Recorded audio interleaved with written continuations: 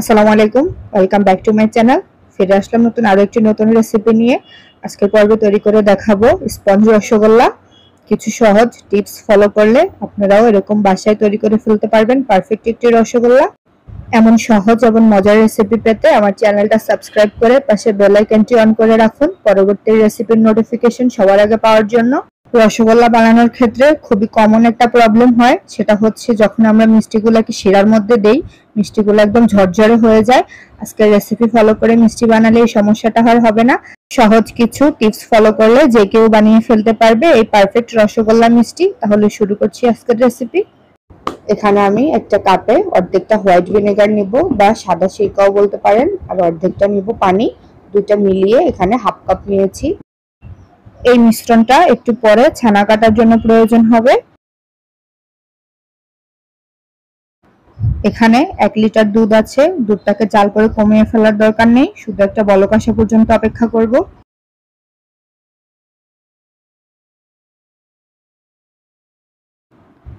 বলক আসলে চুলাটা বন্ধ করে দিচ্ছি। এবার এটাকে 1 থেকে 2 মিনিট একটু নেড়ে সামান্য ঠান্ডা করে নিব। এখানে একটা টিপস হচ্ছে, একদম গরম দুধের মধ্যে কখনোই সিরকার মিশ্রণটা দিবেন না, তাহলে ছানাটা শক্ত হয়ে যাবে। এবার অর্ধেকটা সিরকা আমি এটার মধ্যে দিয়ে দিচ্ছি, দিয়ে এটাকে ভালো করে একটু নেড়ে নিব। যদি দেখেন যে অর্ধেকটা সিরকা দেওয়ার পরেই ছানা কেটে গেছে, তাহলে আর বাকিটা দেওয়ার প্রয়োজন নেই। যদি ভালো করে ছানা না কাটে তাহলে আরো একটু সিরকা এখানে মিক্স করতে পারেন। 2 নাম্বার টিপস হচ্ছে, ছানা কাটার পরে ছানাটাকে খুব বেশি সময় পাতিলে রাখবেন না, যেহেতু এই ছানার পানিটা এখনো অনেক গরম, সেক্ষেত্রেও কিন্তু ছানাটা শক্ত হয়ে যেতে পারে। এখন আমি ছানাটা ছেঁকে নেওয়ার জন্য একটা স্ট্যান্ডারের উপরে একটা সুতি কাপড় দিয়ে দিচ্ছি। এমন কাপড় দিতে হবে যেন কাপড় থেকে রং না ওঠে। এবার এটাকে ঠান্ডা পানি দিয়ে ধুয়ে নিব, তাহলে ভিনেগারের গন্ধটা থাকবে না। 2 থেকে 3 বার নরমাল পানি দিয়ে আমি ছানাটাকে খুব ভালো করে ধুয়ে নিব।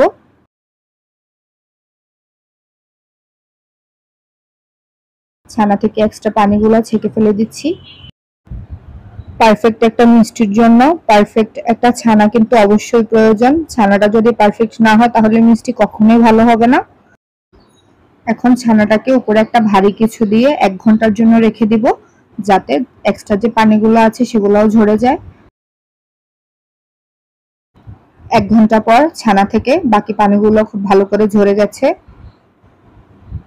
ছানাটাকে আমি একটা প্লেটে নিয়ে নিয়েছি। চেষ্টা করবেন যেন একটা বড় প্লেট হয়, তাহলে ছানাটা মথে নিতে ভালো হবে। এবার আমি শুধু ছানাটাকে ভালো করে কিছুক্ষণ মথে নিচ্ছি।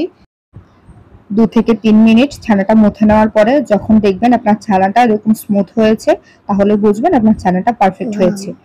এবার এখানে দিয়ে দিচ্ছি 1 চামচ ময়দা আর 1 চামচ চিনি।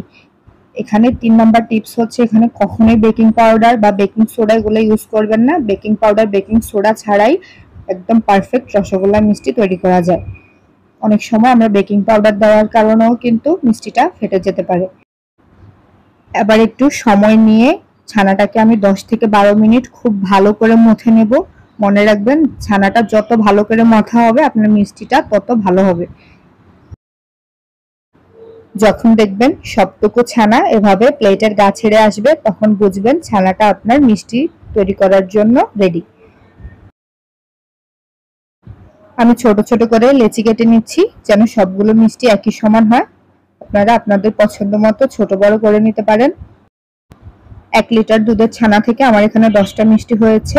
যত ভালো খাঁটি দুধ হবে তত ছানাটা বেশি হবে, মিষ্টিও বেশি হবে।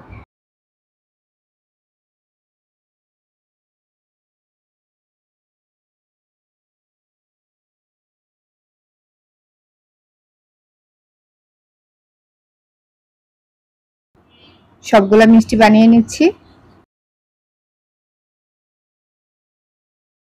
শিরা তৈরি করার জন্য একটা পাতিলে নিয়ে নিব 1.5 কাপ চিনি আর নিয়ে নিব 4 কাপ পানি।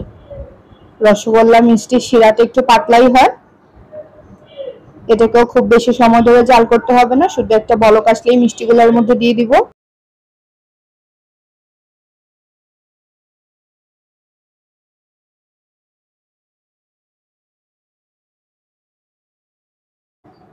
মিষ্টিগুলা দিয়ে 10 মিনিটের জন্য ঢাকনাটাকে ঢেকে দিব।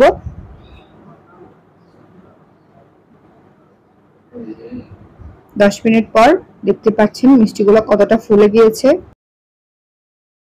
এখানে আরেকটা টিপস হলো, একটা মিষ্টিকে এভাবে উঠিয়ে চেক করবেন। যদি দেখেন যে মিষ্টিটা নরম, তাহলে বুঝবেন যে সিরাপ পারফেক্ট আছে। যদি দেখেন মিষ্টি শক্ত, তাহলে আরেকটু ফুটন্ত গরম পানি এটার সাথে অ্যাড করবেন। প্রায় 20 মিনিট মিষ্টিটাকে জাল দেওয়ার পরে আমি দেখে নিচ্ছি মিষ্টিটা হয়েছে কিনা। নর্মাল পানির মধ্যে মিষ্টিটা নেওয়ার পরে যদি দেখেন যে মিষ্টিটা একদম নিচে চলে গিয়েছে, তাহলে বুঝবেন মিষ্টিটা হয়ে গিয়েছে। আর যদি দেখেন যে মিষ্টিটা এখনো পানির উপরে ভেসে আছে, তাহলে আরো কিছুক্ষণ মিষ্টিটাকে জাল করতে হবে। আমার মিষ্টিটা যেহেতু হয়ে গেছে, আমি চুলাটাকে বন্ধ করে দিয়েছি। আর এভাবে 4 থেকে 5 ঘন্টা আমি শিরার মধ্যে ঢেকে রেখে দিব। দোকান থেকে কিনে আনলে তো আমরা গরম রসগোল্লা খেতে পারি না, এভাবে একটা গরম রসগোল্লা খেয়ে দেখবেন। গরম রসগোল্লা খেতেও কিন্তু অনেক মজা। প্রায় 4 ঘন্টা পরে আমি মিষ্টিগুলাকে দেখিয়ে দিচ্ছি কেমন হয়েছে। মিষ্টিগুলা দেখেই নিশ্চয়ই বুঝতে পারতেছেন মিষ্টিগুলা কত সুন্দর পারফেক্ট হয়েছে। মিষ্টিগুলা দেখলে কিন্তু কেউ বুঝবেই না যে এটা বাসায় তৈরি, সবাই মনে করবে যে এটা দোকান থেকেই কেনা। নিশ্চয়ই আপনারা দেখেই বুঝতে পারতেছেন মিষ্টিগুলা কতটা সুন্দর হয়েছে। আমার রেসিপিটা ভালো লাগলে প্লিজ আমার চ্যানেলটা সাবস্ক্রাইব করে দিবেন। আর বাসায় মিষ্টি তৈরি করলে অবশ্যই কমেন্ট করে জানাবেন কেমন হয়েছে। ভিডিওতে একটা লাইক দিতে ভুলবেন না।